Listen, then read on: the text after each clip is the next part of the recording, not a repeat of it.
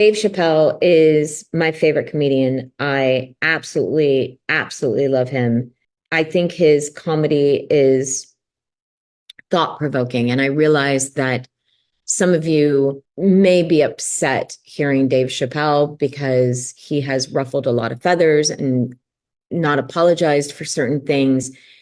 And what I learned from that is not necessarily that I agreed with it or didn't agree with it, but that he stood by his beliefs or he stood by what his comedy act was about. And comedy is a way to explore different thoughts and to turn hot topics into, I think, bigger and deeper conversations, to be honest. Like for me, that's what it does.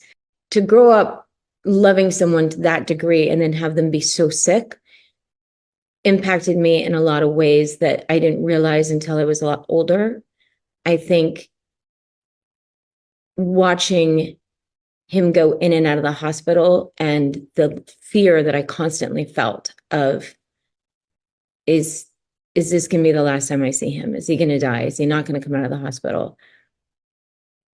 It definitely brought up feelings of abandonment, but it wasn't like that he was doing that to me. It was more that I was projecting that onto myself because I was so scared that the most important man in my life was not going to be there, that I there was parts of me that sort of shut down. I have no idea how long I'm going to be on the chemo for.